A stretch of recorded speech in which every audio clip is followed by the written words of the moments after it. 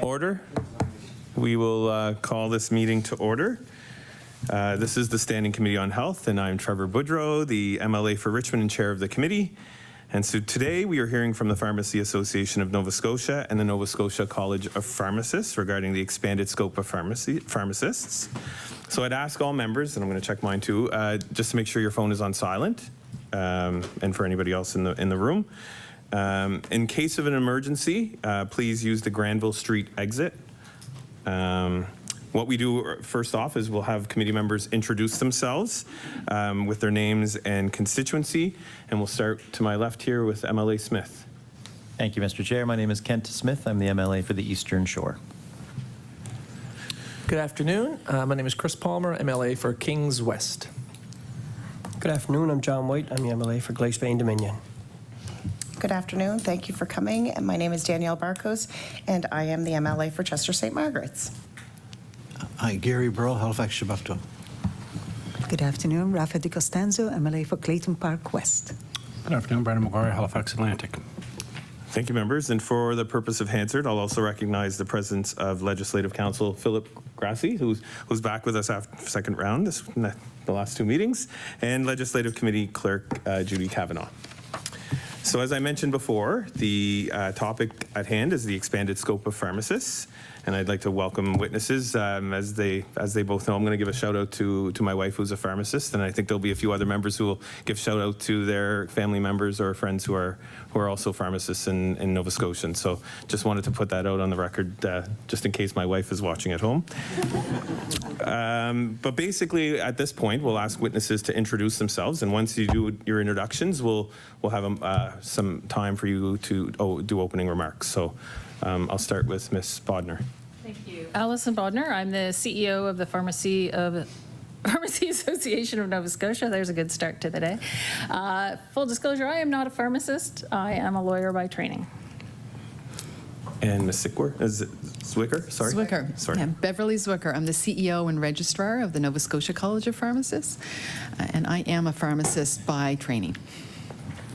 All right, so at this point, we're open for opening remarks. I'm not sure which of you would like to go first, but I'll start. Ms. Bodnar? Yes. Well, the scope of pharmacy practice for pharmacy professionals in the last 3 years has expanded somewhat. The reality is that Nova Scotia has had one of the broadest scopes of pharmacy practice for over a decade. What has really changed in the last 3 years is the recognition and acceptance of the role our pharmacy professionals can play in our system, and the willingness to look at innovative healthcare delivery models to support the evolving needs of patients. Pharmacists are the medication experts in our system. Pharmacy technicians are the experts in all the technical aspects of pharmacy, including dispensing, point-of-care testing, device demonstrations, and play a key role in the administration of injections. If utilized effectively, our pharmacy teams could support fundamental changes to how care is delivered in Nova Scotia. What do I mean by this? Most prescription renewals, and I mean millions of them a year, should be done by pharmacists at the pharmacy by a professional familiar with the patient. We should not be wasting valuable ER, urgent care, mobile care, virtual care, NP or physician time on most of these prescriptions. Envision a medical neighborhood model where physicians and NPs and pharmacy teams work to co-manage chronic disease patients. The physician and NP focusing on the diagnosis and then sending the patient to the pharmacy with their information to prescribe and manage those medications with shared documentation and collaboration throughout the patient journey. Imagine having immunizations and injections fully managed at pharmacy. Pharmacy professionals have the expertise, after a few million COVID and flu shots, exceptional cold chain management, and can instantly record those immunizations in Can Immunize, creating or updating the patient record instantaneously, providing patients and other providers the information they need when they need it. Why do we waste such scarce resources treating minor ailments at ERs or urgent care? Pharmacists have had this scope since 2011. With over 300 pharmacies across the province with extended hours of operation, patients could seek care where and when they need it, avoiding delays in treatment advancing conditions, and unnecessary absenteeism from employment. So what would this mean for our system?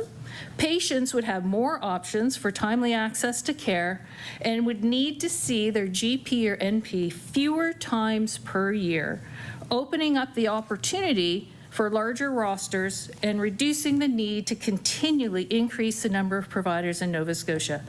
As a province with one of the highest physician to population ratios, we need the system to work more efficiently and more effectively to support all providers to full scope. So what's in our way? We don't have the system support or infrastructure to change the way healthcare providers practice. To move ahead with a primary care system that has multiple access points, just think the last few years, virtual care, mobile care, urgent care, nurse practitioners, GPs, pharmacists, all with isolated and independent records. For primary care, all providers must be able to see and document into a patient record. We must absolutely prioritize OPOR, or one person, one record, for our community providers. Acute care is important, absolutely, and I know that's been the focus, but more care is done in community, and now that we have more access points to that care, we absolutely need to prioritize OPOR. We can no longer delay creating this infrastructure. And support and recognition for the pharmacy workforce. The government has focused a lot of attention on supporting physicians and nurses through COVID and now with their HR challenges. Little has been done to support the pharmacy workforce, which, like nurses and physicians, has been dramatically impacted by COVID, as well as a long history of financial cuts to the industry. Pharmacy workforce is not just about pharmacists. We need technicians and qualified assistants so that pharmacists can be freed up to work to their full scope. Classes for pharmacy technicians have dramatically declined. Classes for our PharmD program are only at 70% capacity. The reasons for this are very complicated. However, we need to work collaboratively to improve the situation for all to benefit. Many people like to blame the corporate business model, or that pharmacy professionals are not the employees of government for the issues in pharmacy. I would point out the physicians are not employees of government either. They are also independent contractors. But it's not that simple. Our provincial contract terms, the services paid for and how they are paid impact professionals directly or indirectly and affect all pharmacy professionals, whether employed at a small independent pharmacy or a national corporation. We need to work collaboratively to understand the value our professionals bring to the system, the issues affecting them, and how we can work to fully utilize them for the benefit of patients and taxpayers. As an association that represents pharmacy professionals, we are working tirelessly to support new workflow models that support patients and our teams. Our community pharmacy primary care clinic is an innovative model that provides timely access to primary care. We have provided over 41,000 services in the first 6 months, including 10,000 strep assessments, people that would have all needed to seek care elsewhere. It has also changed the professional life for the pharmacists who are working there. We hear things like, I am so grateful. I've waited 20 years to practice this way, and now I'm finally here. These clinics are a win for patients, pharmacy professionals, and the system, and I truly hope you will support the expansion of these clinics across the province. Healthcare is complicated and change is hard, but no healthcare provider should be waiting on the sidelines while patients are waiting for care. I am encouraged by the efforts being made to improve access to care for all Nova Scotians and hopeful that we can continue to work collaboratively to truly incorporate pharmacy professionals into our primary care system in Nova Scotia. Thank you. Thanks, Ms. Bodnar. And Ms. Zwicker. Thank you. I've been certainly looking forward to our meeting today. And as the pharmacy regulator, we are government's partner in healthcare. We share a single focus on working to what's in the best interest of the public. And the advances that have been made in repositioning pharmacy in primary healthcare, particularly over the last couple of years, are providing better care, not Band-Aid care. They are moving us in the right direction toward individuals being able to receive the right care from the right person at the right time.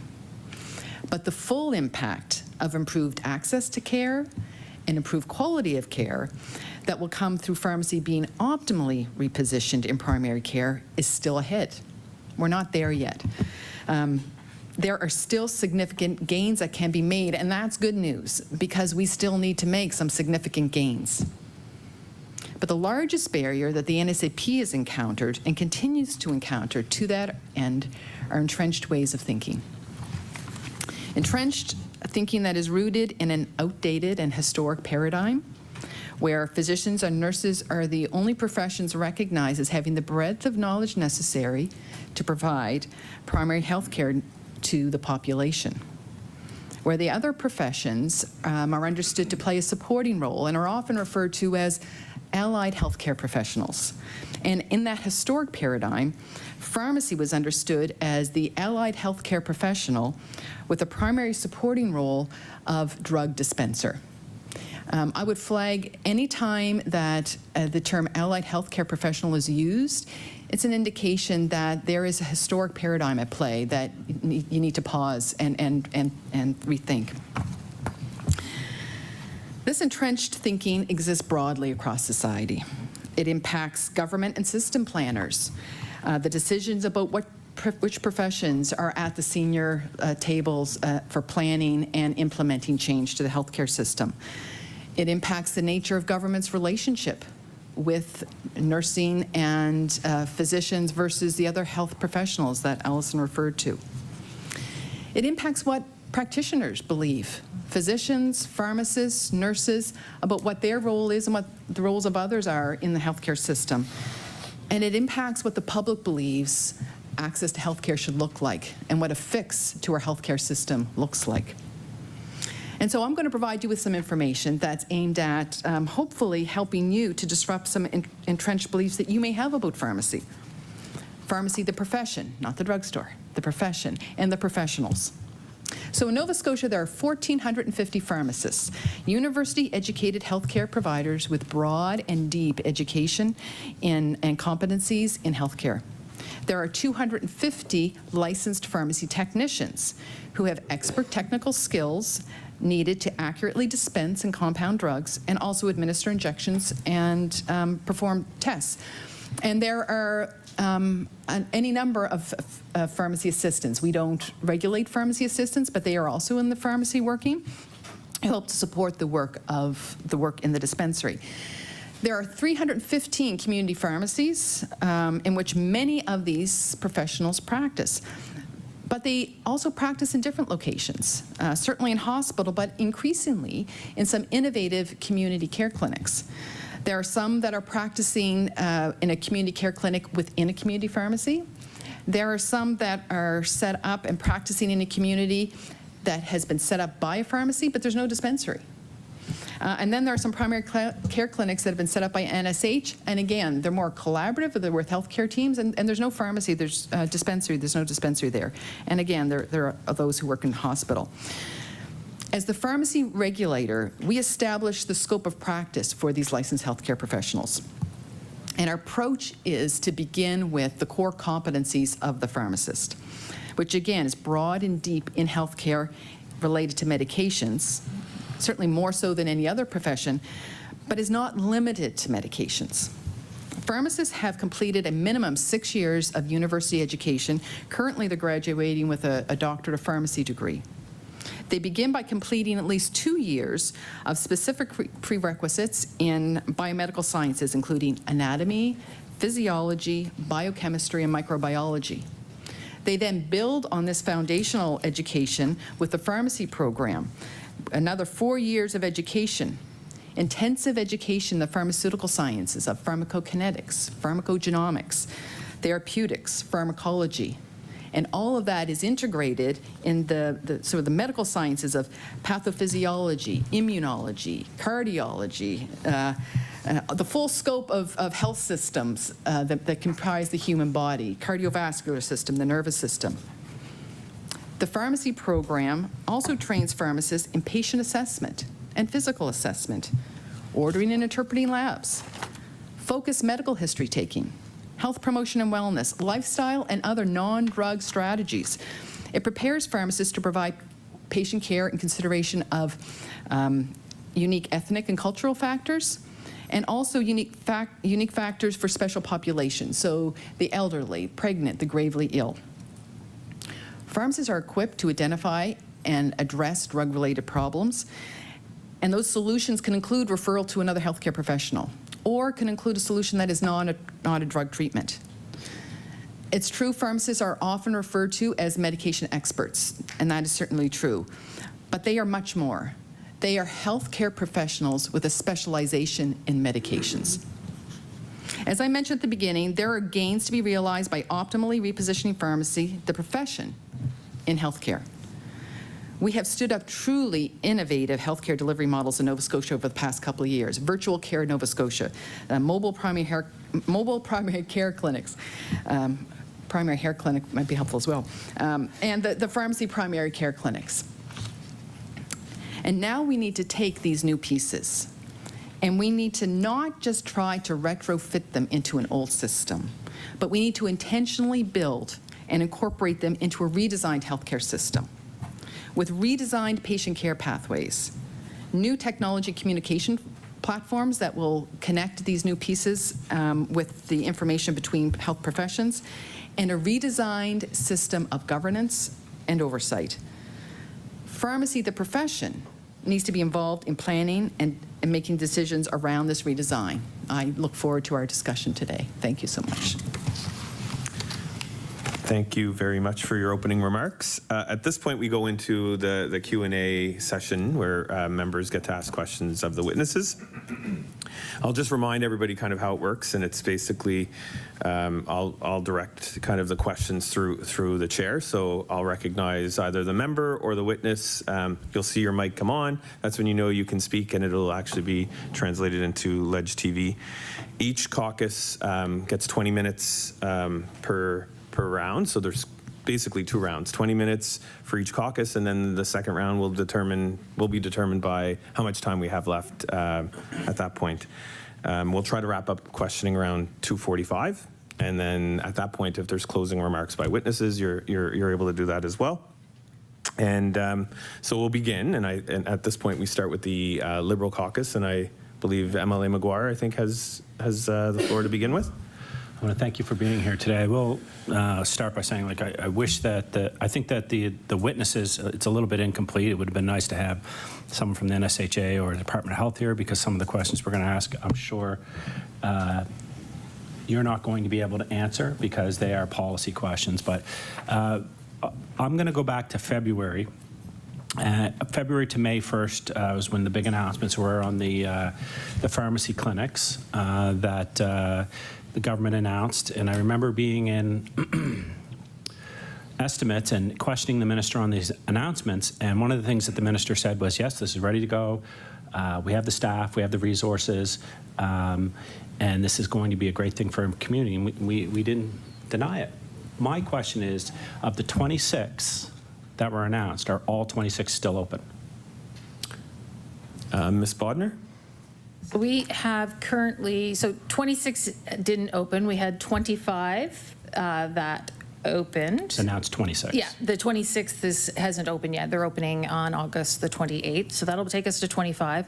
The 26th was open until July 1st, and then there was a mat leave that they couldn't fill over the summertime, but the other mat leave comes back on September, so they will reopen in September. So by the second week of September, all will be open again.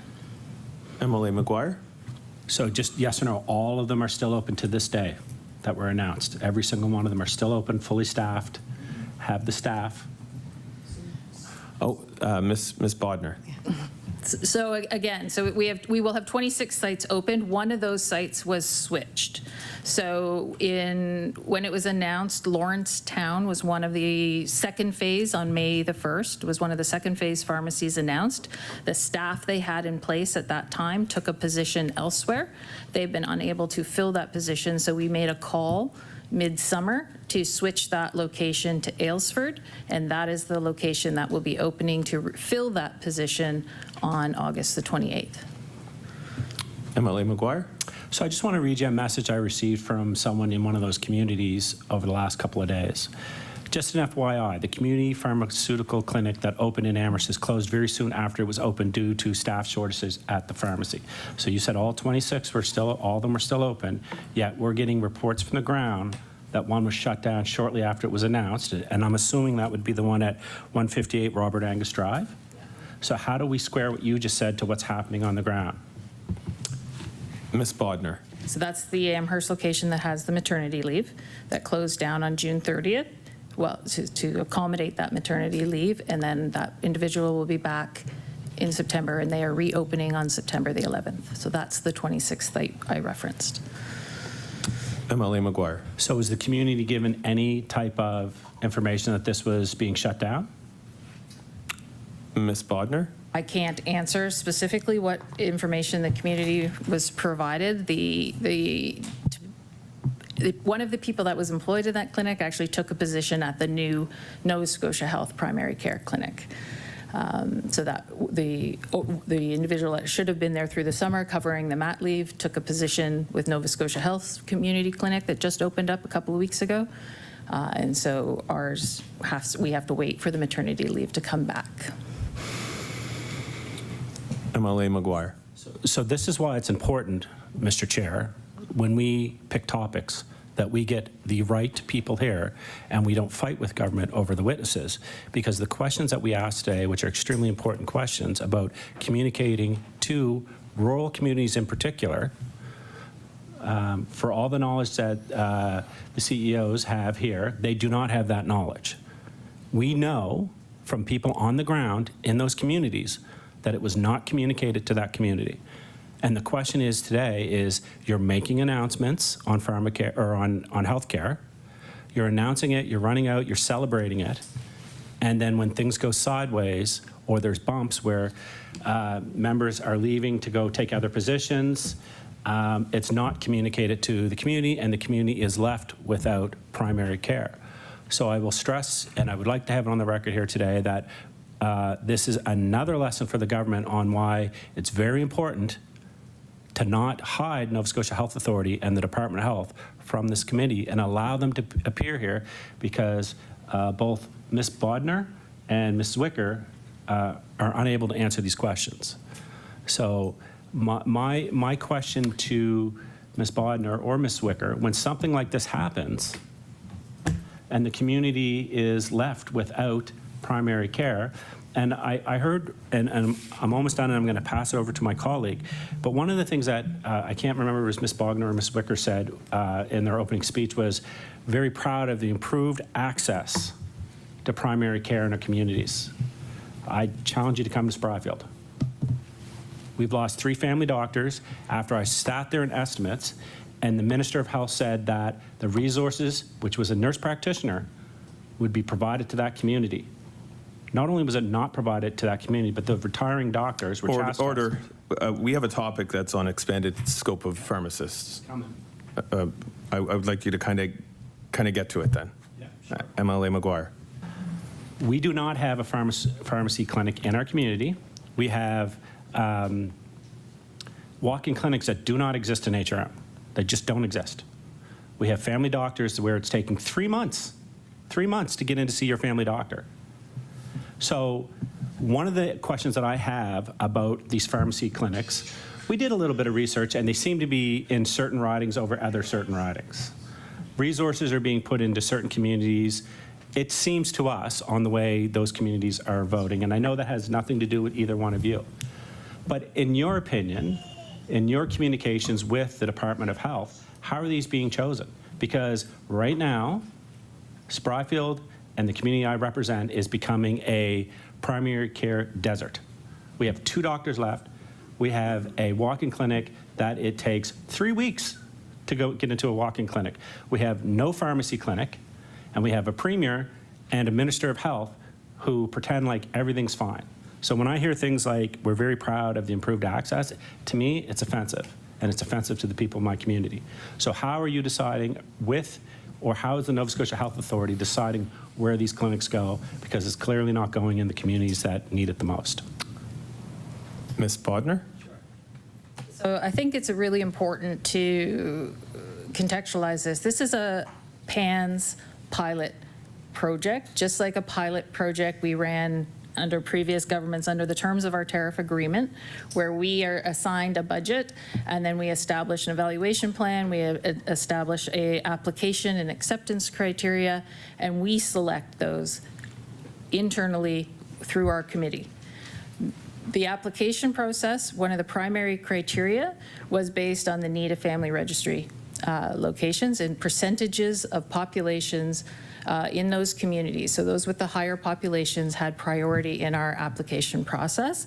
It had to do with making sure all of our pharmacy organizations were represented so that we could test various business models. It had to do with who had appropriate staffing in place, who had physical infrastructure in place, and it was a selection of criteria within PANS to make sure that we had represented what we had set out to measure in the evaluation framework. So we have a significant evaluation framework that we test, not just system perspective, that's critically important, patient perspective, but also our own pharmacy perspective and our pharmacy professionals perspective. So there was a number of criteria. With round one, we had enough funding, not quite enough funding, but almost enough funding to do 12 sites. As you know, we announced 12 first. We had 40 some odd applications of people who were interested in opening up a clinic around all sorts of communities in Nova Scotia.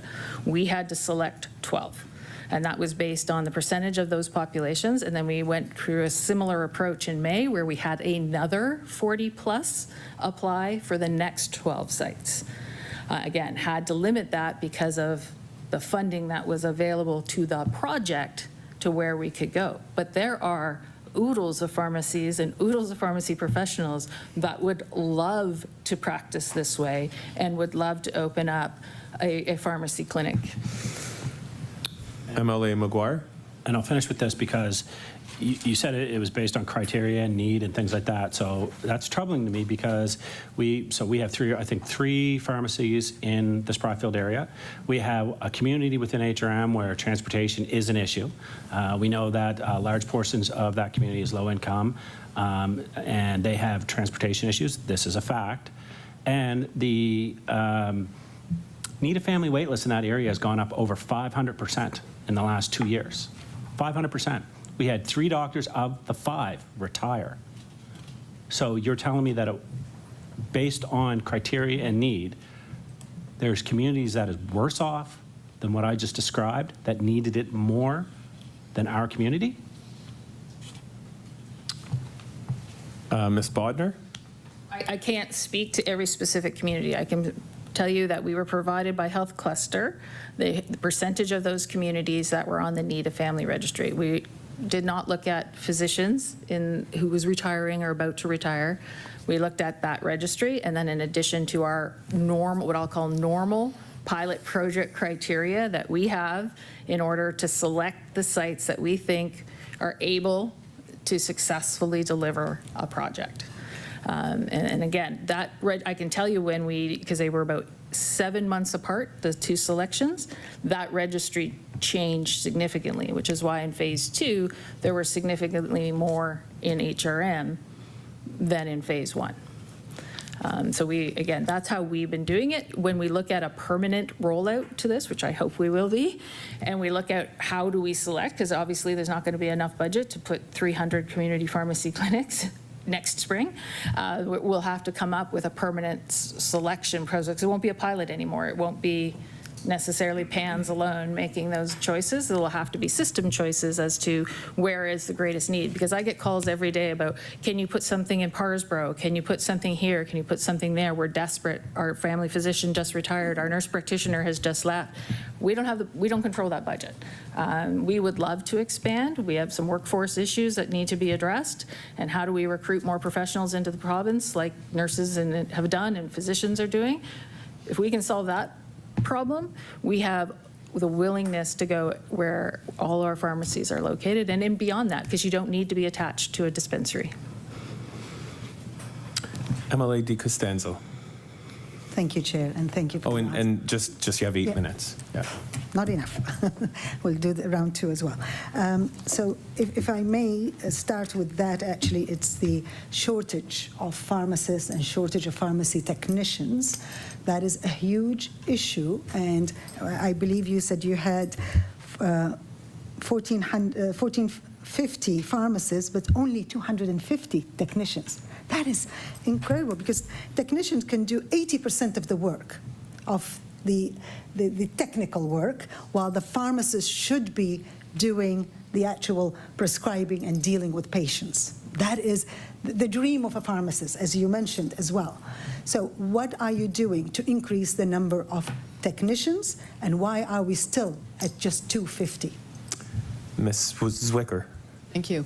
This is something that we've been actively working on actually for the last couple of years. We initiated some regulation changes with government in 2020, which were just passed this past January, and it's enabling us to open up a licensing stream so that those pharmacy assistants who currently aren't licensed, but who have had extensive experience in pharmacy, a minimum of 2,000 hours, who have acquired competencies and skills through that work, are eligible to complete a bridging education program and then be eligible for licensure. So this is the first in the country, quite innovative, and it's actually a relaunch of a licensing stream that was available from 2013 to 2019, which proved to be very effective, but unfortunately, change takes time. And neither the system or pharmacy was necessarily ready or positioned to incorporate a new group of healthcare professional into the profession and to do that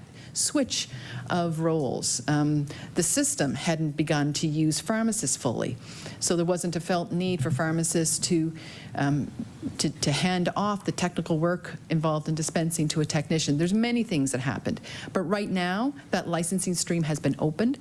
We've been working and supporting one of our community colleges that provide education to technicians so that they can they will launch a bridging program. My understanding is it's going to launch this fall, and based on our survey, our understanding is approximately as many as 150 assistants right off the bat are anxious to enroll in the program, with another 150 or more in subsequent cohorts, as well as a tremendous interest from those across the country as well. So that is one significant initiative that we have underway that's going to help shore up the number of technicians who will then be able to free up pharmacists to take on more of the clinical work.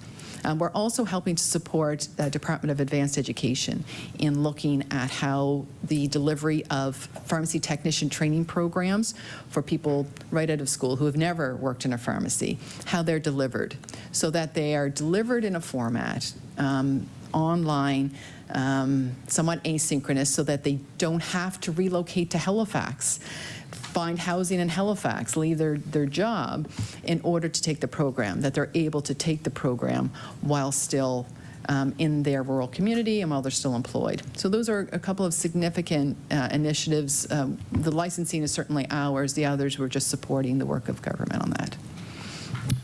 MLA Di Costanzo. So I'll stay on that just for a second more. What I understand is the pharmacy technician is a 2-year course, while the assistant is anybody off the street who comes and helps. So there's no actual education. And you said, so is this bridging a 1 year, a 6 months, and what is your target number of technicians that you need? Have you forecasted what is the need here for, especially now that we're getting less pharmacists getting into the field? So the number should be, to me, it should be double the number of pharmacists.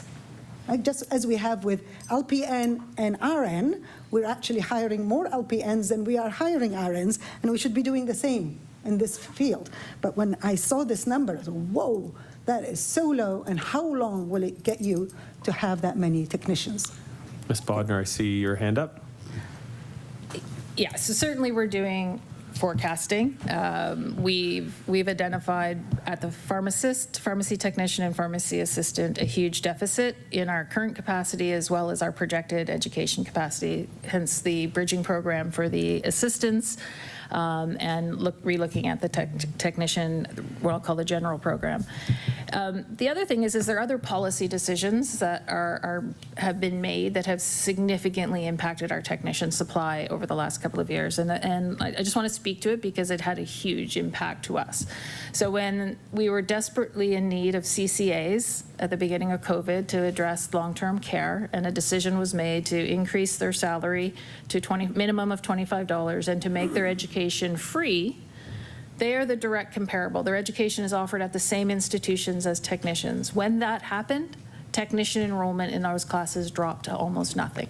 So we have had very little technicians to even be available to pharmacy in the last couple of years. So I'm going to visit the Eastern College class that used to have a couple of classes. I'm going to visit the class of 7 for this year in a couple of weeks, of which maybe half will go to license. And then some will go elsewhere, right? So we're talking 3 or 4 people coming out of that class, slightly more. I think the last time I was at NSCC, their one class again was 12. So we're not graduating anywhere near the number of technicians. And there's, so when it drops off because you've made CCA free, and I know that we needed that, but understanding the ripple effect that had elsewhere, and to the point that Bev made, this means our pharmacists are spending a lot of time doing technical work that they shouldn't be doing, and quite frankly are not as good at as our technicians are. So we have to solve these problems. Why aren't our PharmD classes full? Right? Like, what are all the issues? And that's why I said earlier that it's complex, and I don't want to place blame on anyone, because certainly our pharmacy organizations own some of it, the system owns some of it. Just how it's evolved with financial cuts over the last 12 years is part of it. So it doesn't really matter how we got here. We're here. We know the potential for pharmacy to impact the system. So how do we work together to solve these problems and make sure we have these pharmacy professionals here and ready to go? MLA Di Costanzo, you've got about 40 seconds. All right, so I do have another big question. And I don't want to start that one. I'm just wondering if we can, well, I thank you for the answer, and I hope you will expand the seats as much as possible. And it is the private sector who's paying the salary of the technician. How, it's not the government who's deciding what they get unless they're working in hospital, correct? So when will the corporate, the 2 major corporates will be paying the technicians higher salaries?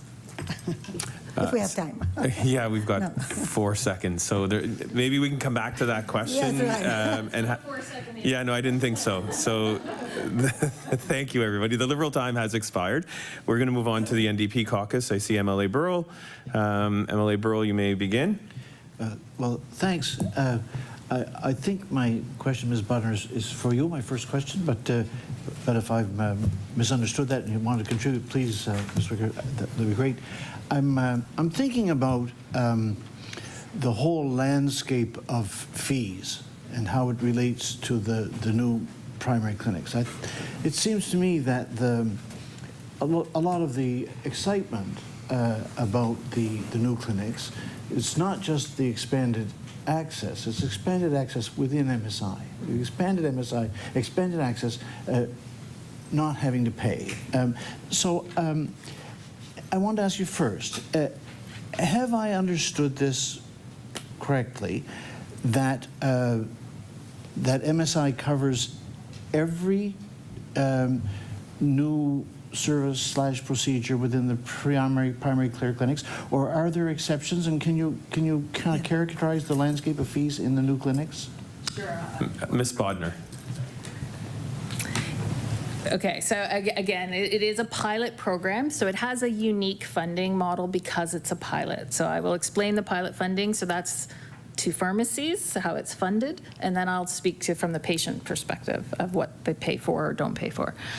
So from a funding perspective, because this is a pilot, we set a funding model based on the what we expected to be the cost and revenue earned in the project. So pharmacies weren't looking to make a profit on a pilot. They understand that there's an investment in a pilot to get to a permanent long-term funding model. So we looked at a model with a full-time pharmacist and a full-time assistant of needing in the $14,000 to $15,000 a month to cover those costs, just to cover those costs, not rent, not a percentage of overhead, none of the extras, pure labor. What was the minimum they needed? When we built it and we were designing assumptions, we looked at, okay, what's currently funded in the system? So things they were already able to bill for, like renewals and contraception management and things like that. And we made a variety of assumptions on what we thought they'd be able to bill directly. And we came to the conclusion that they'd be able to bill around $7,000 a month in billable services. So therefore, we needed to provide a stipend of $7,000 to cover their costs. That assumed that about 50% of the services patients would want would be billable, and about 50% of the services patients would want would be currently unbillable within our scope, but there's no code to bill. So anything that didn't have a code to bill was covered by that stipend. Turns out patients really like the services that are in scope but not funded. So at the end of the day, pharmacies are only actually billing funded services in the $3,000 to $4,000 mark, but still only getting their $7,000 stipend, so therefore not covering their costs. That's not a long-term funding model. We know it. We work weekly with the government to see what we can do to help support our teams through the rest of the pilot while we negotiate a long-term funding model. But assumptions are assumptions, and sometimes they don't work out, and you have to adjust, and we're doing that as we go along. From the patient perspective, any service that's within a pharmacist's scope that's currently covered by MSI is provided at no charge. So there are services in there that are not in scope, and probably the biggest ones are travel vaccines. So if you want to get a vaccine or even a shingles vaccine, it doesn't matter if you go to your physician or you go to a pharmacy, that's not covered. And so anything that's not currently covered by MSI, patients would still be billed for. But otherwise, if it's within the scope and it's covered today, there's no fee for a patient at the clinic. MLA Burrow? Sorry. Go ahead. Yes. Thank you. That's really clear. So I'm thinking also about then the pharmacies that are not within the pilot, which also offer primary care services, often with a fee. So can you characterize also the fee landscape then for the part of the pharmacy world that is not primary, within the new primary clinics, and distinguish it? Yeah. Ms. Bodnar? Sure. So as I mentioned, we have a current list of funded services in pharmacy. So this means any pharmacy in Nova Scotia can bill for prescription renewals, contraception assessment, medication reviews for certain eligible populations. It's quite a limited set. I'm not going to get through all the criteria for that. Prescribing for Lyme, chemoprophylaxis, prescribing for herpes zoster. Have I forgotten any? I don't think so. So any of those services that, again, have a current billing code, no patient is charged for those services. They're covered under our MSI. Everything else, the things I referred to as the patients really liking in the clinics, other pharmacies can do most of that too, but it's not currently billable to government, and so they do charge a fee for those services.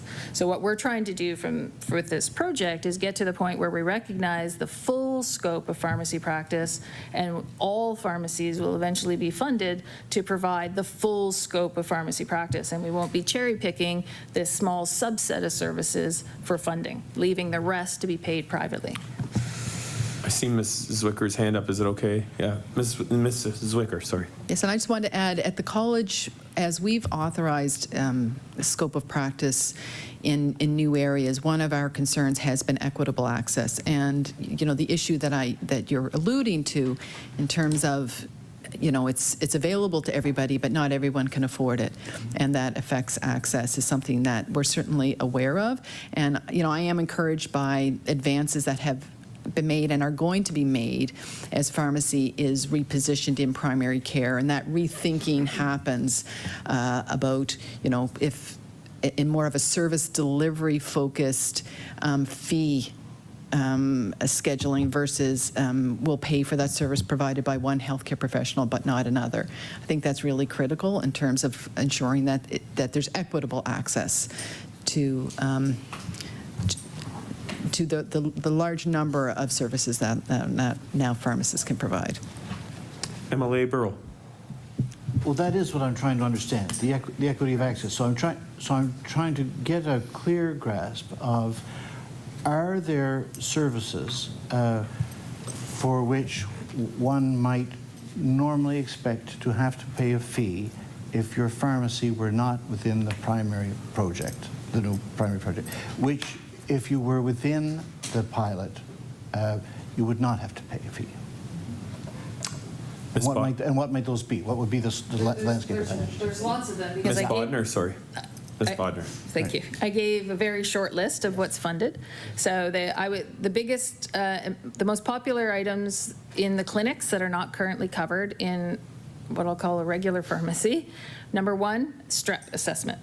Okay, so that is something that's very specific to this pilot program and is only available in the pilot program. So not only could you not get, you just can't get it at a community pharmacy. It's not available because it's not, not even for a fee at this point in time. There's some changes that have to happen. The second biggest one would be minor ailments. So the thing I mentioned earlier, it's been part of our scope of practice since 2011. Patients have been paying out of pocket for that since 2011. But as part of our clinic, if you go to the clinic, it's covered as part of the clinic. Others would include chronic disease management. So pharmacists within these clinics can order lab tests. You can't order lab tests in the other pharmacies yet. We've been waiting since 2013 to get that in place.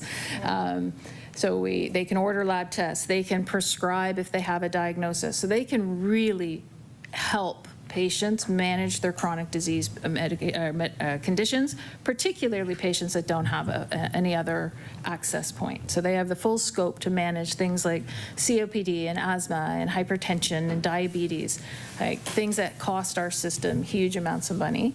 They are able to do that. So those things today, because we're not through our pilot and we haven't put a long-term plan in, those are currently not available at no charge out in the remaining pharmacies. But the top three services at our clinics right now are prescription renewals, strep assessments, and minor ailments. MLA Burrow. So I think the picture you're painting is one where at this pilot stage, there is a differential access to services relative to fees. That depending whether or not the pharmacy that you're close to is within the primary care project, one might have to pay for some things or not have to pay for some things. And I'm wondering, is it fair to say then that at this moment with the pilot where it is, that we are having a two-tier system of access to the primary care that's available within our pharmacies. If you are within a community that's being served by one of the pilot pharmacies, no fee, but otherwise very likely a fee. And if this is so, is it problematic from the point of view of the profession? Ms. Bodnar? This, again, as a pilot program, we have to test new practice models. We've done this for, I think we've had these arrangements with government for 10 plus years, where we have to go in and in a small subset of our pharmacies, we go in and we test new models of care. And that's what we're doing here. I understand it's got much higher profile. There's a lot of interest and there's a lot of need for it. But at the end of the day, it's still a pilot. And so to test something new, you are creating something that's a differential from what exists. Right? So absolutely it's different, but does it necessarily create two tiers? Well, I think that would depend on what else is available in the community. So do they have physicians? Do they have a primary care clinic with NSH? What else is available to them?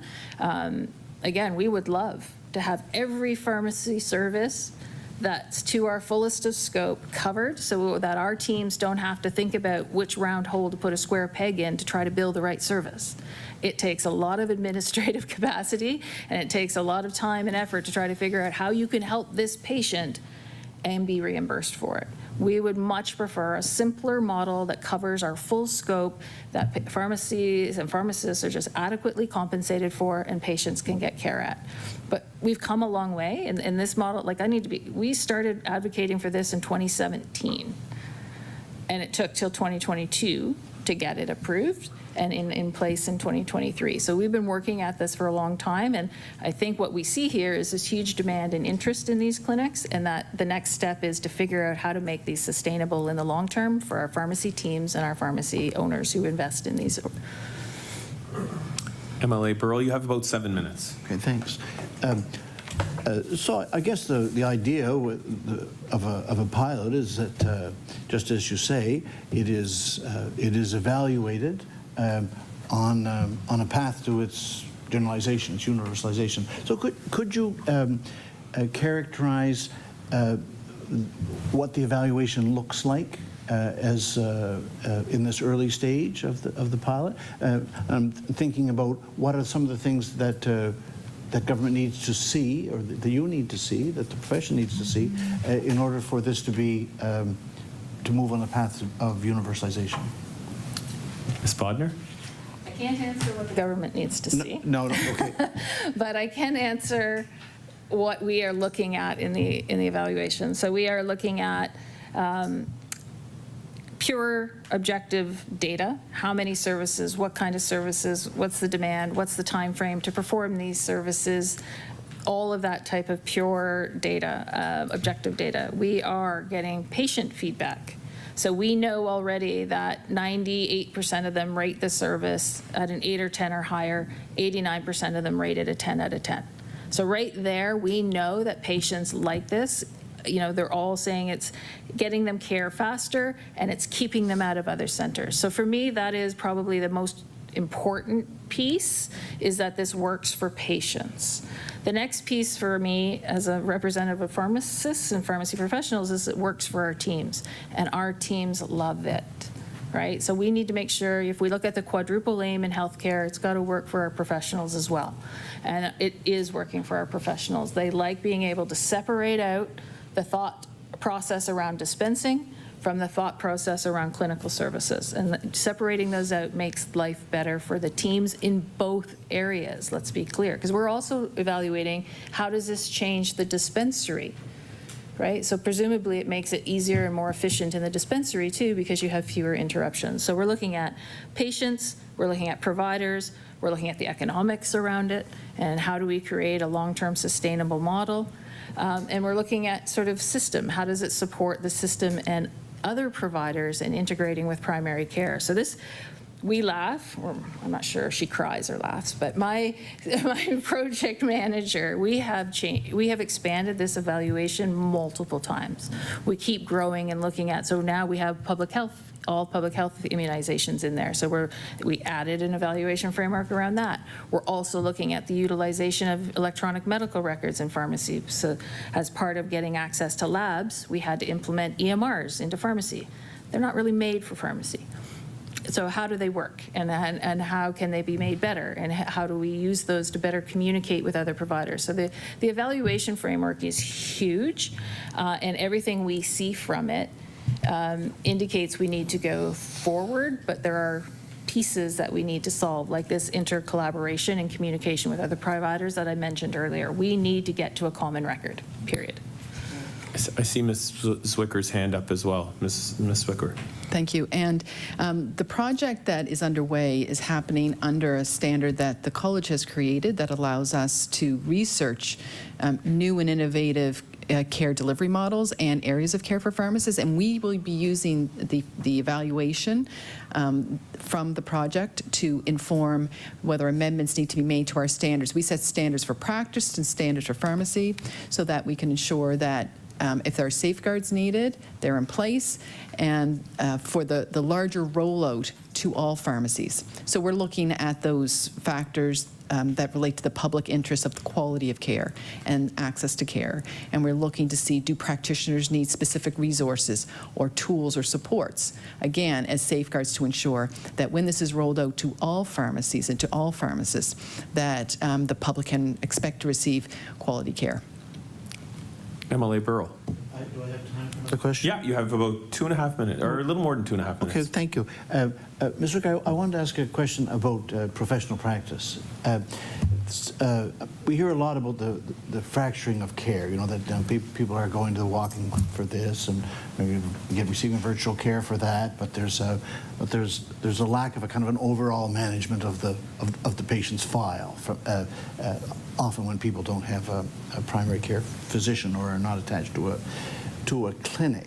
So I'm wondering about the professional experience of the pharmacists who are working in the primary clinics in this initial stage, who surely must be experiencing something of this. And are they fine? Is this problematic? Is this difficult? And is it a thing? And is it being addressed? Ms. Zwicker. So I'm going to respond, and then I'm going to allow my colleague to speak further to the actual experiences, what's happening in the pilot, because she's having the conversations. But I can say that the need for a patient-centered record in community is critical, and we've been advocating and encouraging that this technology be established for years, and with some urgency over the last couple of years.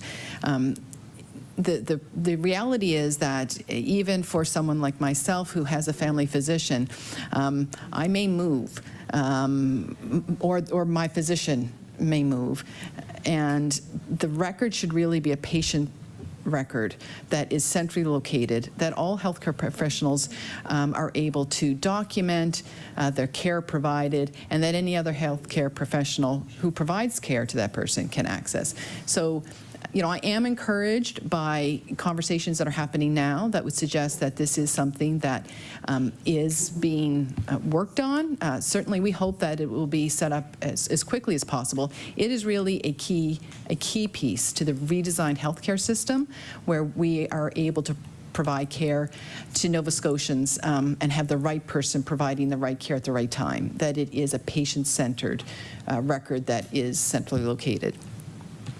Ms. Bodnar, you've got 15 seconds for your... Yeah, I think there's a lot to unpack with that. First of all, fully agree, and I've said it multiple times, we absolutely have to have a common record where all providers can write to and all providers can see. This isn't about pharmacy. This is about, we have mobile care now, we have virtual care. The NDP time has elapsed. Again, another opportunity maybe for further conversation in a minute. It is now time for the PC Caucus. I don't know who... MLA Barkhouse, I see that your hand went up. You may begin. Yes, so I know that a comment was made about two-tier, but if I'm not mistaken, you can go to, if I say lived in Spryfield, I could go to a PharmaSave in another community and use their services for immunization. Am I correct in that, Ms. Bodnar? Ms. Bodnar? Yes, you can go wherever. Well, no, that. Oh, sorry. MLA Barkhouse. That Mr. McGuire, MLA McGuire, that makes a good point, because rural Nova Scotia, you have to drive pretty much anywhere to get anything you want. So it's kind of, you know, it doesn't make sense to kind of put that point forward. And Well, McGuire, you know, I got a kick out of you actually because you're making faces at me and being sarcastic. When we did the agenda setting, you made a big fuss about ERs. Order. Deputy Speaker. Yeah, please do address through the chair. Order. MLA Barkhouse has the floor. MLA Barkhouse. Mr. Chair, I'm just making a valid point that when we did the agenda setting, there was a big discussion from the Liberal caucus about the Deputy Minister coming in regards to ER closures, but nothing about this case or this topic. So I just think that point should be on record. But back to the questions of the panel. You know, there's a bit of a mind shift when you start using pharmacists. Now, mind you, you go to Chester St. Margaret's, most of the people back in the day would go see Randy, the pharmacist, for everything. Like, didn't matter. They were going to see Randy before they went to the doctor because he seemed to know everything. I'm wondering, and you've touched on this a little bit, can you elaborate on the skills and the experience of pharmacists, which puts them in a great place to address a lot of these health issues that they are doing, and maybe what they could, what you could see them do in the future, and that goes to both of you. Who would like to take it on first? Ms. Zwicker? Thank you. Certainly, as I've indicated in my introductory remarks, pharmacists have at least a minimum of 6 years of university education in healthcare. That while it's intensive in the pharmaceutical sciences, you know, the pharmacokinetics, pharmacogenomics, and therapeutics, which certainly prepares pharmacists more so than anyone else to understand what is the right medication for each person, tailored for their unique circumstances. But that education is much broader and deeper, that it also incorporates you know, all of the cardiology, endocrinology, respiratory, enabling them to integrate their understanding and their education in the pharmaceutical sciences in healthcare. So they really are healthcare professionals. And so they are able, in particular, in an ideal system, there would be conditions where certainly a pharmacist could diagnose initially. They're common conditions that pharmacists are diagnosing every day now, even before expanded scope, and we're providing an over-the-counter product. And but now they are able to prescribe. But there's certainly other more complex medical conditions where there should be a physician or nurse practitioner who prescribes. Diagnosis. But then once that diagnosis is made, the pharmacist should be prescribing the drug therapy, continuing to monitor that drug therapy, and managing it and adapting it and changing it so that that person realizes the optimal outcomes from the medications that they're taking and is able to realize optimal health outcomes generally. So there would be, you know, a physician or nurse practitioner would be diagnosing, and a pharmacist would really take the ownership for the drug therapy management. Ms. Bodnar? Sure. I think what we've both said throughout here is that pharmacists have a really broad scope of practice. It's about the system figuring out how to most effectively utilize them. The role of prescription renewals, the role around immunization, the role around medication management for a whole host of complex diseases. These are all things we can think about and we can do. And, you know, I'll use minor ailments as a simple example of thinking a little bit differently. So in the UK, because of the way they're set up, not in all places, but in some places, they have a program called Pharmacy First. And they've identified a list of ailments in which you must go to the pharmacy first. It's kind of like today, you can't go to the orthopedic surgeon when your knee hurts, right? You have to go to your GP first. They triage and decide whether you need to go elsewhere. They've implemented this program where you have to go to a pharmacy first for certain conditions. So if we think about how that may evolve, whether that's around immunizations or, you know, flu shots, like, why are we paying physicians to do flu shots?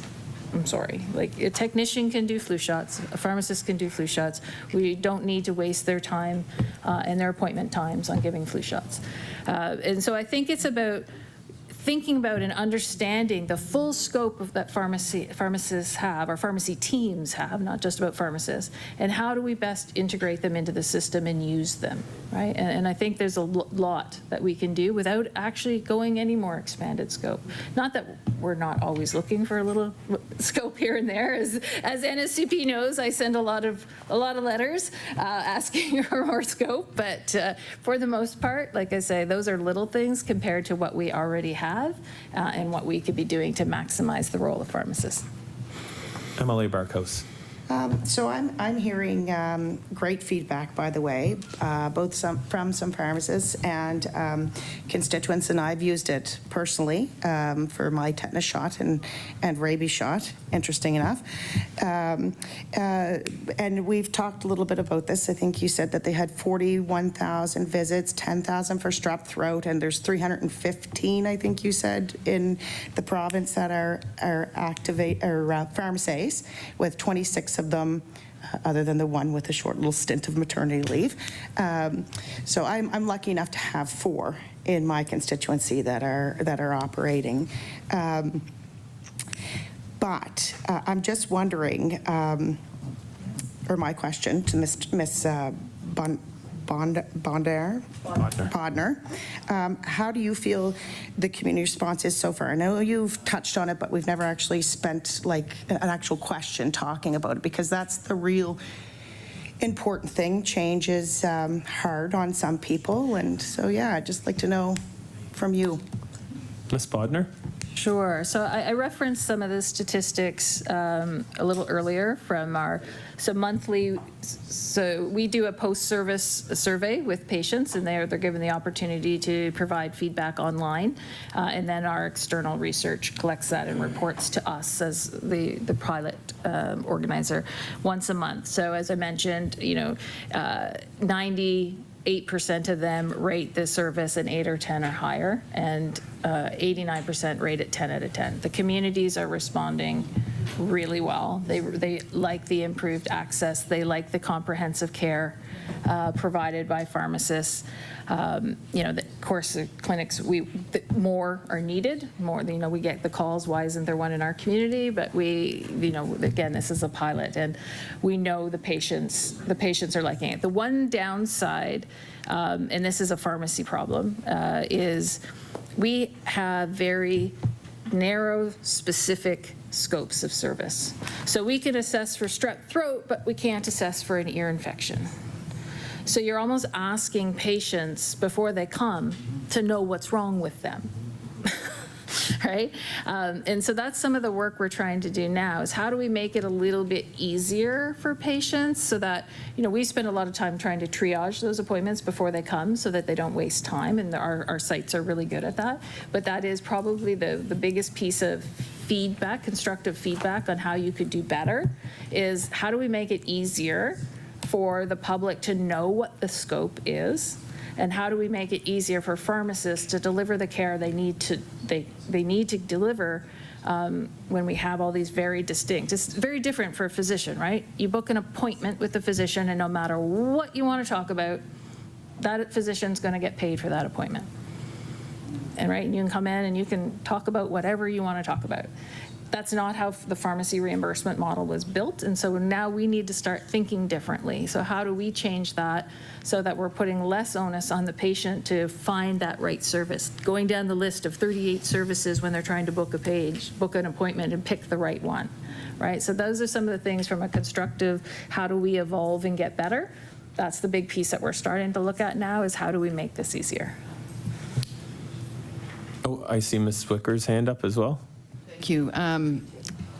Just to help to further, when we set scope, we look at research to determine what other jurisdictions may have by project, look to see whether or not pharmacists could provide it, and then we consider whether it could be undertaken by a pharmacist in consideration of their competencies, building on that either with some incremental learning or support of tools. So there is a process, a very structured process that we go through when we determine, for instance, can a pharmacist assess for an ear infection.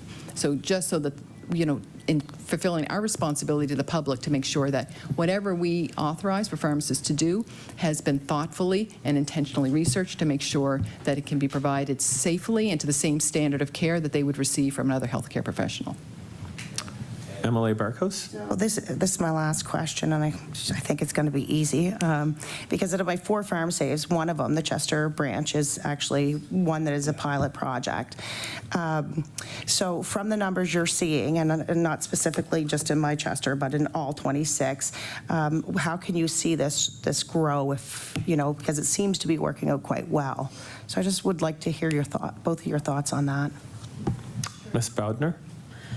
Sure. As I mentioned, we have more pharmacies that want to be able to do this. Their teams want to be able to split that workflow. We want to be able to recruit across the country and really focus on our unique and advanced practice scope for pharmacy.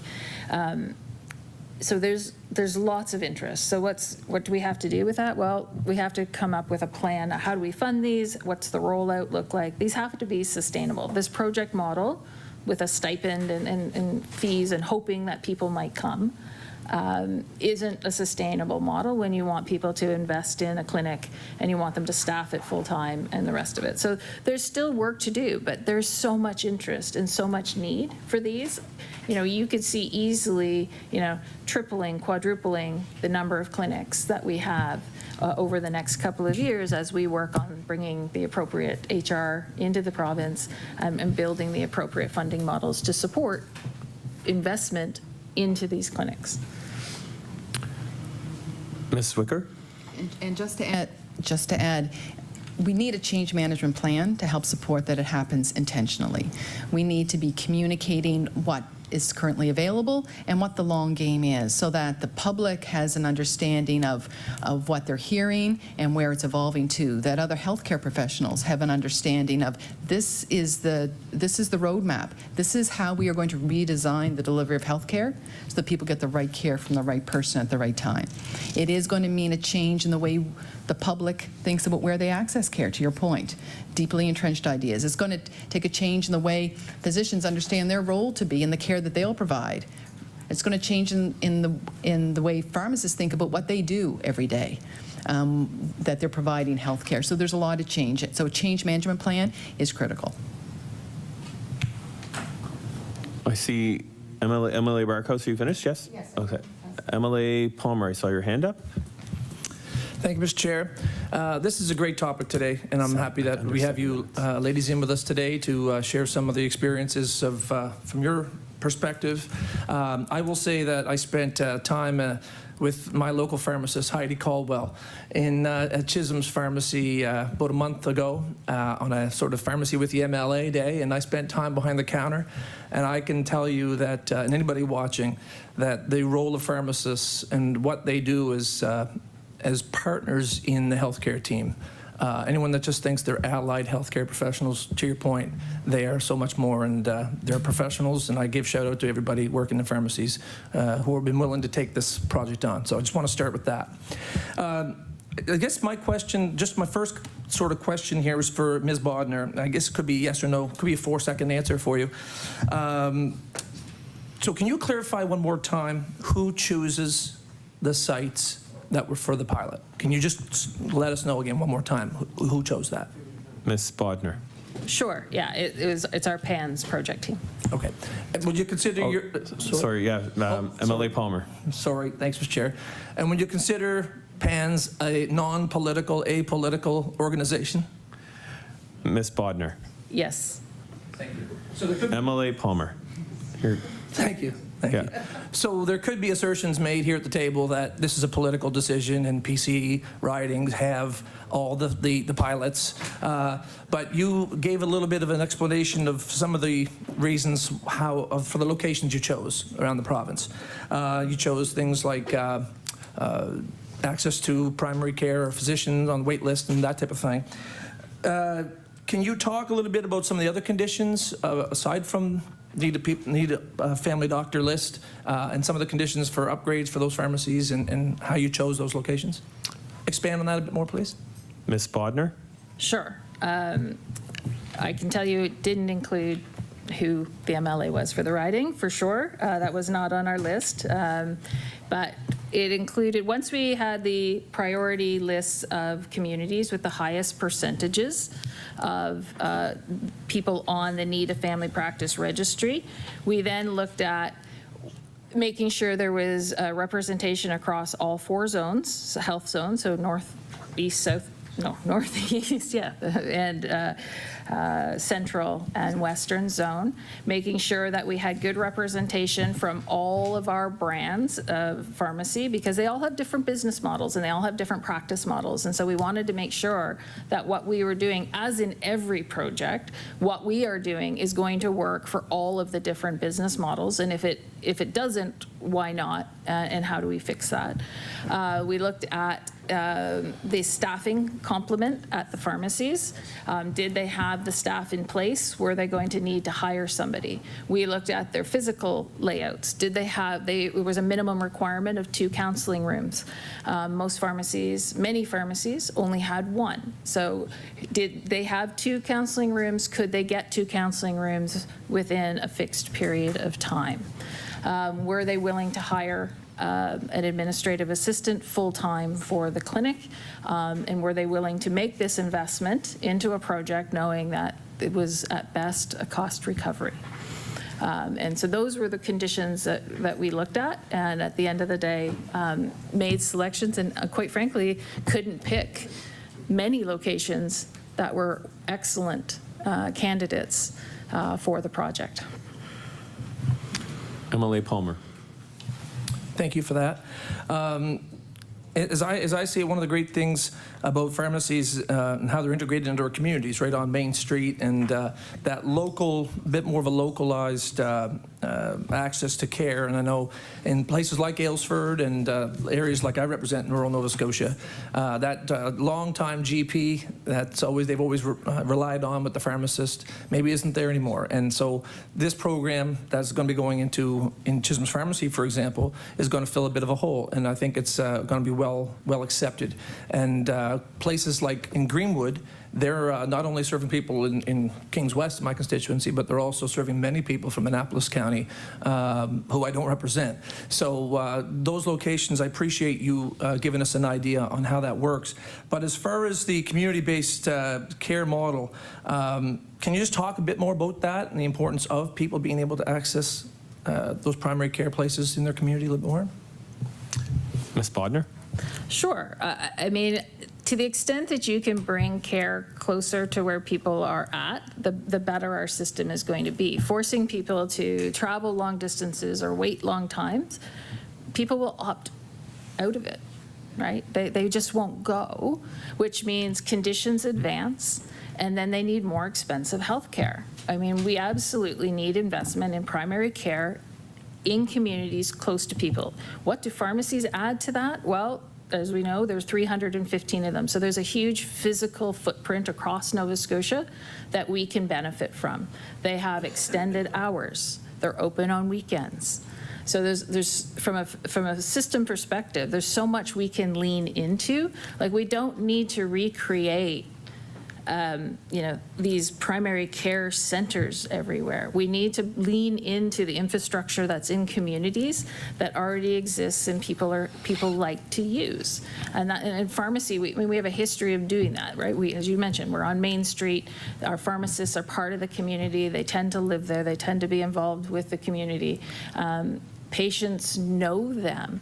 So as much as I like virtual care, isn't it better to have your renewals done by your pharmacist in community than the physician that's sitting in Ontario? Right? Like, we need to rethink about where is it best for patients to get care, and how do we achieve that by maximizing the role of all of our healthcare professionals. MLA Palmer, you have 9 seconds. Thank you very much for everything. Appreciate you being here today. Thank you. Order. The time for the PC caucus has elapsed. We're going to do about 8 minutes and 30 seconds per caucus. So I saw your hand up, MLA Di Costanzo, so you may begin. Thank you. Thank you again. So my question is about OPOR. We're all so excited. Were you at the table? Were you, how did pharmacists and family doctors were not included? I mean, what's the value of OPOR without the family doctor or the clinics that we're opening, that they have no access to this information?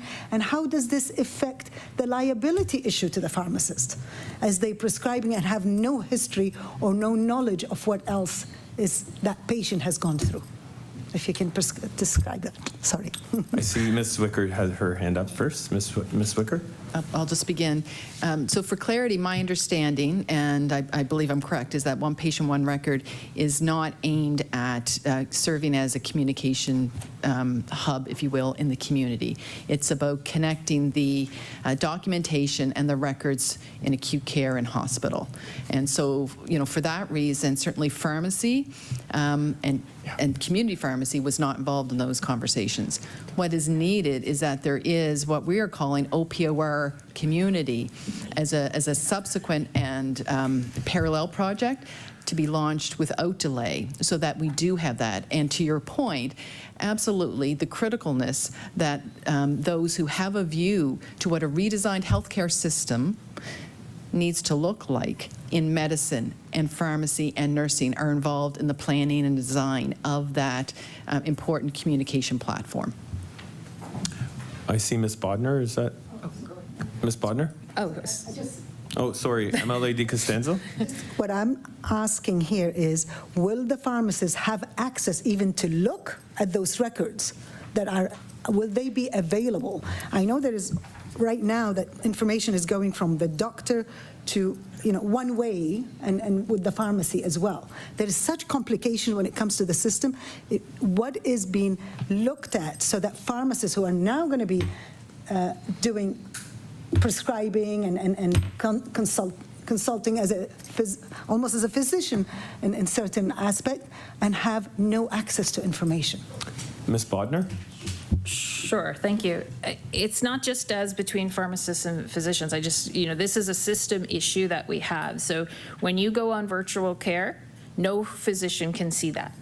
When you go to mobile care, no physician can see that, right? None of us, no healthcare provider in community can see the information prepared by any other provider, right? So this is why the creation of a true OPOR, and I will say a true OPOR is not allowing providers to pick which part of the record they record into the central record. It is a record, one record, where we all write and read to.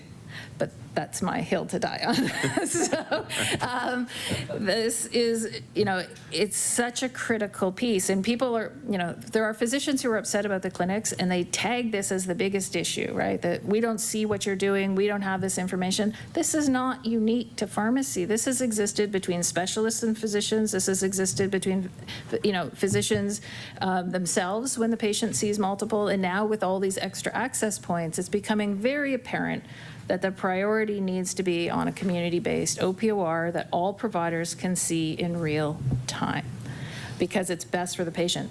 What do you say, like your pharmacists, what do? They spend an awful lot of time and effort recollecting information from the patient that they shouldn't have had to collect to do their job properly. Right? Because they're going to do their job properly, so they're going to spend the time to get that information, and they shouldn't have had to. They should have had that information. And as a patient in the system who's a fairly high flyer, unfortunately, I can't stand the fact that I have to repeat my history to every single person that I speak to, because nobody has access to the other information. And so it's a pain for patients, and it's a waste of system resources, re-asking those same questions over and over and over. Emily Di Costanzo. You have 4 minutes. Okay, so, and this is just a comment, because I want to ask the other question as well. Not only it's the liability issue that also worries me, because the patients don't remember what they've done or what they've had, and we can't, they don't keep track of everything that is medical, and we're depending on the patient to give information, and sometimes that is not accurate. And here is the pharmacist who is now liable by prescribing, or the physician. So this happens a lot. My concern is also for how we pay the pharmacists and how much of this expanded scope has really trickled down to the pharmacists. How much benefit and what other jurisdictions that you know, I know in the States, for example, the pharmacist can bill directly to MSI and can work for the private sector. I believe that's how they do it. They can do both. Is that, what is your vision of how you're going to help pharmacists to be paid for all these extra services that they're doing for expanded scope? Ms. Bodnar. That's a big question. So there's still, I'll start with, we represent pharmacists and pharmacy technicians who work in a variety of environments, in particular in community. And they have been hourly wage employees for a very, very long time. There are only so many hours in the day. So whether you're doing a dispensing service or a clinical service, you're still just working those number of hours a day. The question for me is, if you're going to remain a salaried employee or an hourly employee, what is the right hourly wage?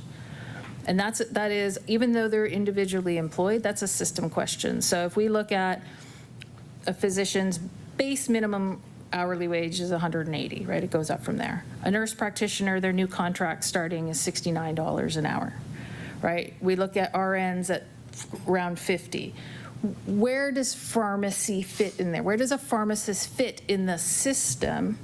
And how as a system do we work to get us there? So I can tell you the current wage, average wage in Nova Scotia for a pharmacist is $48. That's ridiculous. It's been $48 for 10 years. What also has happened in that 10 years, it's been completely flat, but we've taken out millions and millions of dollars from the pharmacy system. And so the pharmacists who work at the big national corporation make the same per hour as the ones who work at the independent mom and pop. There is no differential between these.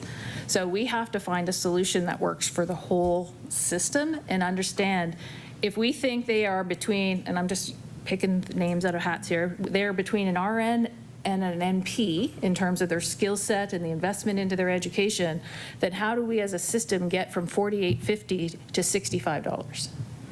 Because the system pays pharmacy. All of the revenue from pharmacy comes from either directly from the provincial contract or indirectly from private contracts that are based on the provincial contract. Right? So every private contract automatically adjusts when the provincial one adjusts. So how do we get to the point as a system to recognize their value and to put in maybe unique solutions to ensure that people are adequately compensated? Billing numbers is an option, and we've certainly been looking at it. I can tell you in Ontario, pharmacists turned it down. They didn't want their own billing numbers because it came with other pieces, accountability directly for the practice, record keeping, audit requirements, you know, and people would say, some of the feedback was, if I wanted to be a pharmacy owner, I would have done it. I just want to be an employee. So we have to come up with models that work for everybody. Right now, we are in a pivotal moment with the primary care system. Order. How we evolve. The time limit for the Liberal questioning has expired. Great answer. Yeah. MLA Burrell, you have 8.5 minutes. Thank you. I wanted to ask a couple of questions about cost and cost of drugs, since it's so crucial to the whole world of access, which is what the expansion of the primary care is about.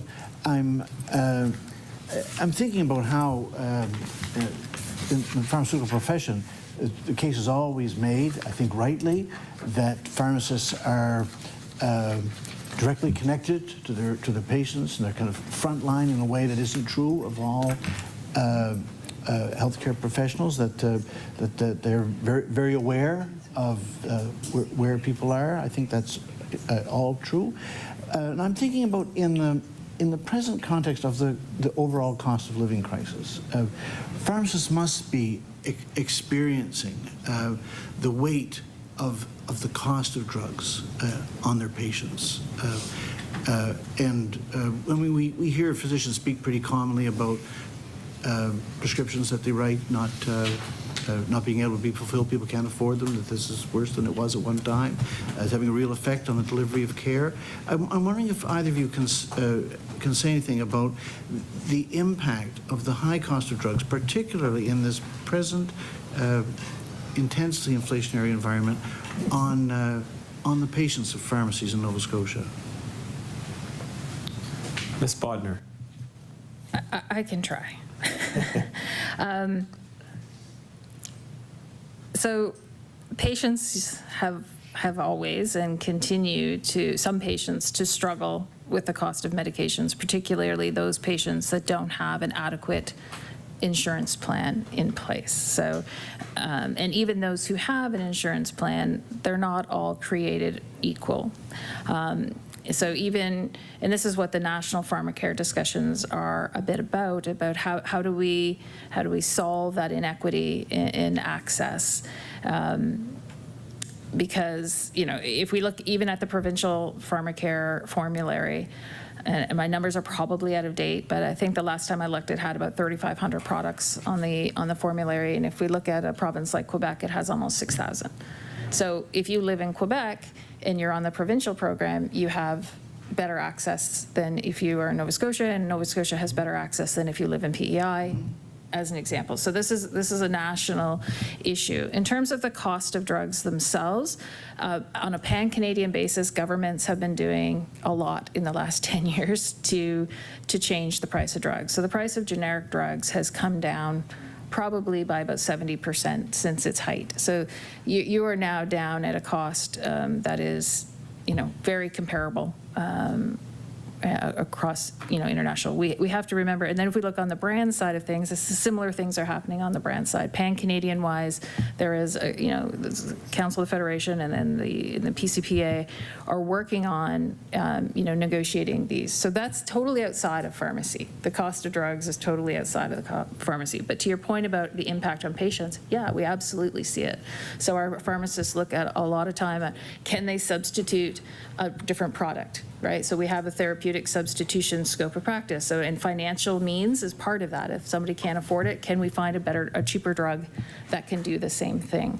You know, working with the prescribing physician, are there other options? Like, but we can't, we're not at the table, we're not even invited to provide feedback on those discussions between the provincial governments and the drug manufacturers about what is or should be the price of drugs. I mean, again, you pull on one string and a lot of things change, right? So we need the research, we need the R&D, we want drugs to be brought to market in this country, right? Like if you look at countries that do very little R&D and have very restrictive formats, they don't have the drugs that we have here in Canada.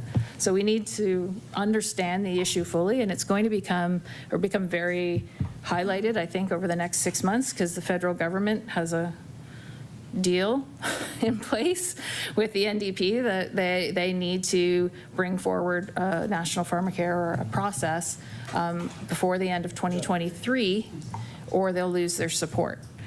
So, you know, we're going to see something. I heard about this. We're going to see something this year, in the next few months. We're going to see a direction that government's trying to take on this to improve access and improve affordability. Ms. Zwicker has her hand up as well. Ms. Zwicker? Yeah, so for any individual, what it costs them is certainly about the cost of the drugs and also about the number of medications that they take. And I think that's where the repositioning of pharmacy really does put an element of how is the cost of drugs impacting people in the control of the pharmacist? Because right now, pharmacists really are, by and large, the editors, if you will, of prescribed drug therapy. They're not the authors. They don't turn their mind to what are the medications you need. And certainly we know polypharmacy is a problem. And pharmacists are extremely busy. And so, you know, could we do better as a profession in ensuring that you're only on the minimal number of medications that you need and that they're the best medications and they're the most cost effective? Pharmacists could absolutely do better if they were positioned to that be the focus of their work and not also on the dispensing and the accuracy of the prescription and all the other responsibilities that they're tasked with. MLA Burrell, about 2.5 minutes. Yeah, thanks. I also wanted to ask specifically about the cost associated with hormonal birth control prescriptions. You know, we know that the heavy hitters in this field, you know, the CMA and the National Society of Obstetricians and Gynecologists and Pediatric Society, they're all calling for this to be free. I wonder if the college or the Pharmacy Association has given any thought to entering this discourse, this discussion, and weighing in with a position on this question. Ms. Zwicker?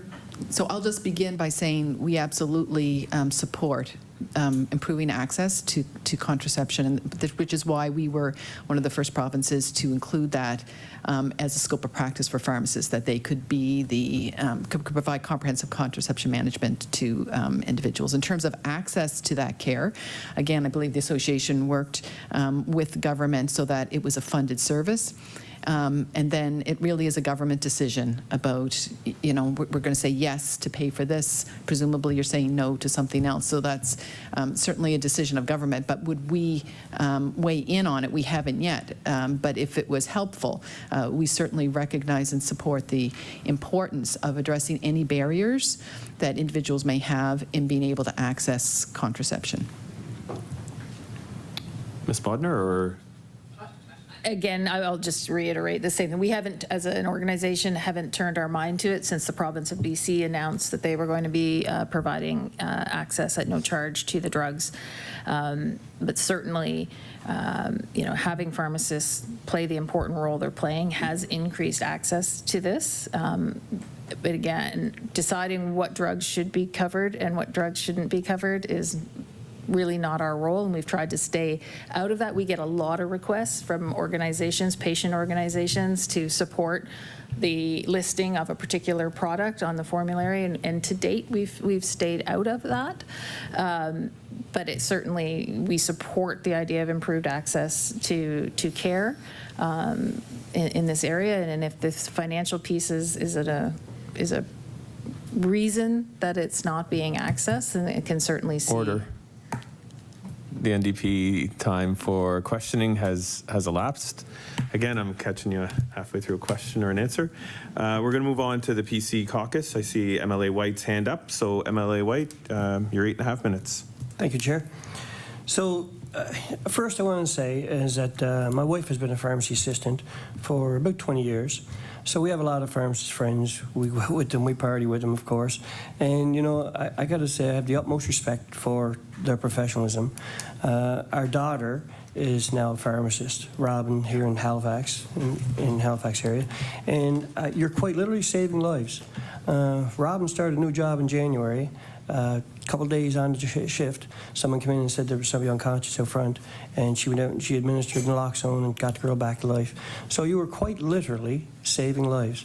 I don't know where she got that in her, because she's not that kind of person. I'm a firefighter. She's not. She's not interested in that. So I just want to say to you, like from her and her friends, from Junie's friends, and listening to those folks, I really am concerned about the human resource aspect of pharmacists. I know you talked a little bit about it today. I know we're loading some more work, but on the other side, that's cautioned with the pride that comes with working to your full training. I get that. When you take training, you want to use it, right? So I see that, and knowing your training that Robin went through, oh my God, I don't know. Probably would have been easier to be a doctor. It probably would have been. So anyway, my question is, I understand both you are on a pharmacy working group, right? And with the Department of Health and Wellness. I really want to know if you can tell us a little bit about the role of that program and what you hope to achieve from that group to help pharmacists. Ms. Zwicker. Yeah, so that, it really is a bit of a collaborative coordination of recruitment efforts is the focus of that group. So it's bringing together the various organizations that are attempting to shore up the pharmacy workforce in the province to make sure that we are not duplicating our efforts and that we are addressing all of the various factors that impact why somebody would become a pharmacist or a pharmacy technician, why they would do so in Nova Scotia, and how we can keep them here and how we can educate them.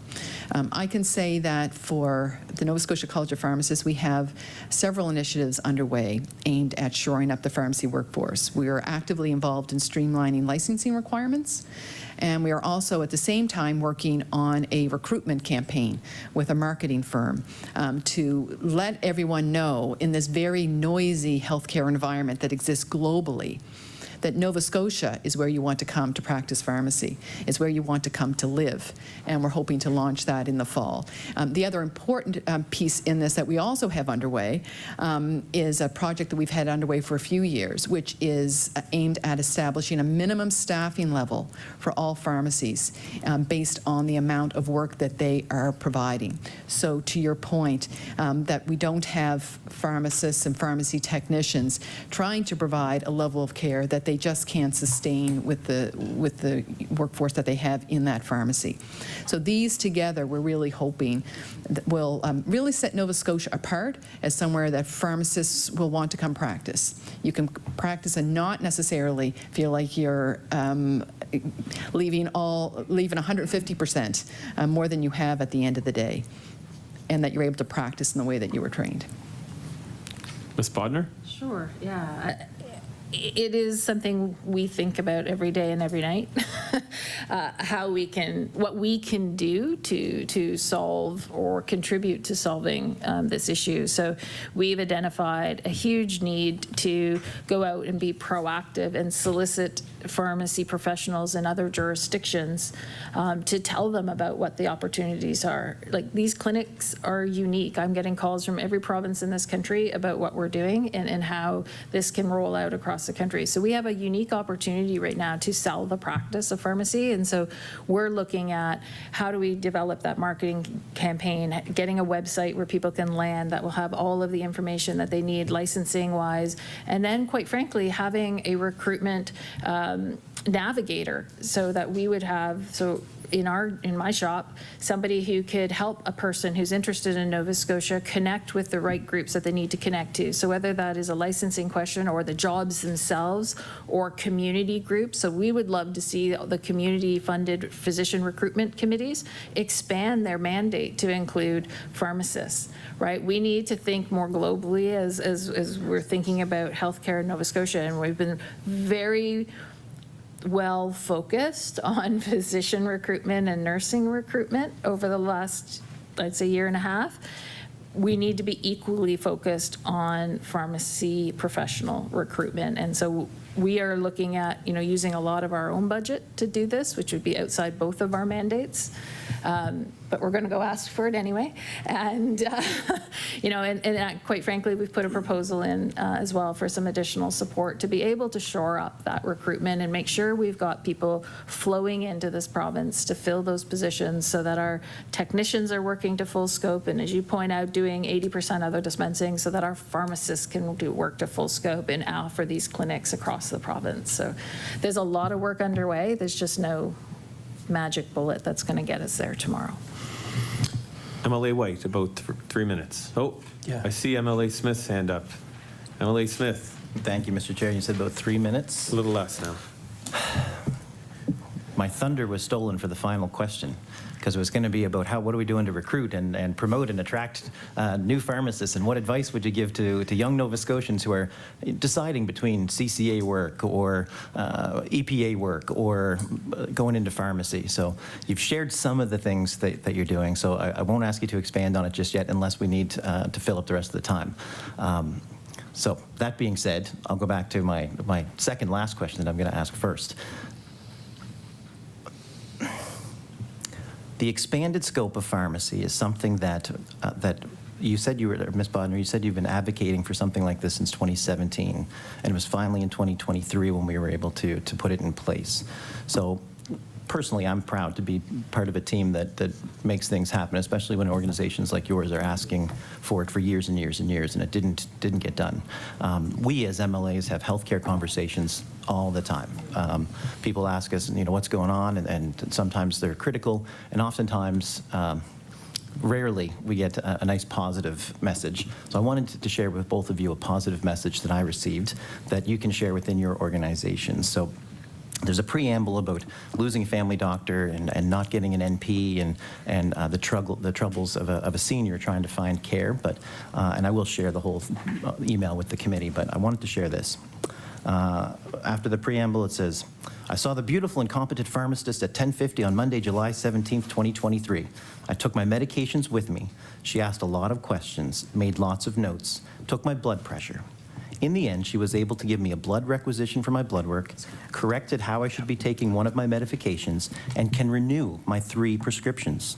She will get results of my blood work and call to discuss. What more could I ask for? Nothing. This pilot project makes a whole lot of sense.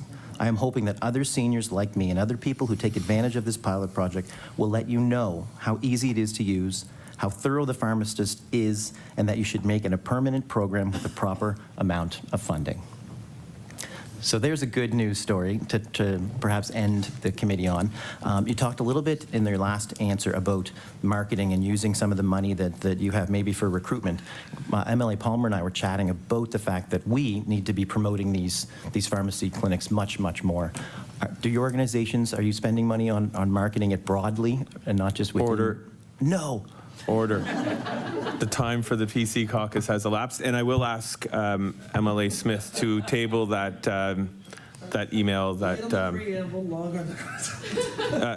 MLA Smith. I'm just reminding you that you do have to table that that you read into the record as well. So that is concluding our question and answer period. As you can tell, there's probably lots more that people would have to say, but this is an opportunity for you to have any closing remarks. If you have some, I'll offer to both of our witnesses. And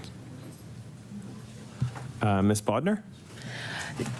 No formal comments, but what I would like to say is if there are any information that I haven't disclosed today or any other questions that you have, please feel free to reach out. There is so much opportunity to rethink how we deliver healthcare.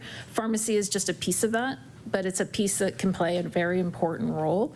And it's our job to figure out as a system how we make that happen. And so many times I've heard, but they're privately employed. Well, so what? We can do lots by contract and agreement, and we can do a whole lot of things to make this work for the system. And that's what we need to focus on now, is how do we evolve the system so that we are fully utilizing pharmacists and our pharmacy teams, as well as other healthcare providers, to their maximum scope for patients. Thank you, Ms. Bodnar. Ms. Zwicker? Thank you. I've appreciated our time here today, and I think it will have been successful if you leave here thinking differently about the profession than you did when you started, encouraged and confident in the opportunity to further improve both access to care and quality of care by furthering the repositioning of pharmacy in primary care delivery. And I just want to pause on that for a minute. It's not just about pharmacists, testing and treating strep or minor ailments. That's certainly an important service that they provide, but more important to the long game of ensuring that there's better quality of care is that pharmacists are repositioned to be the authors of drug therapy.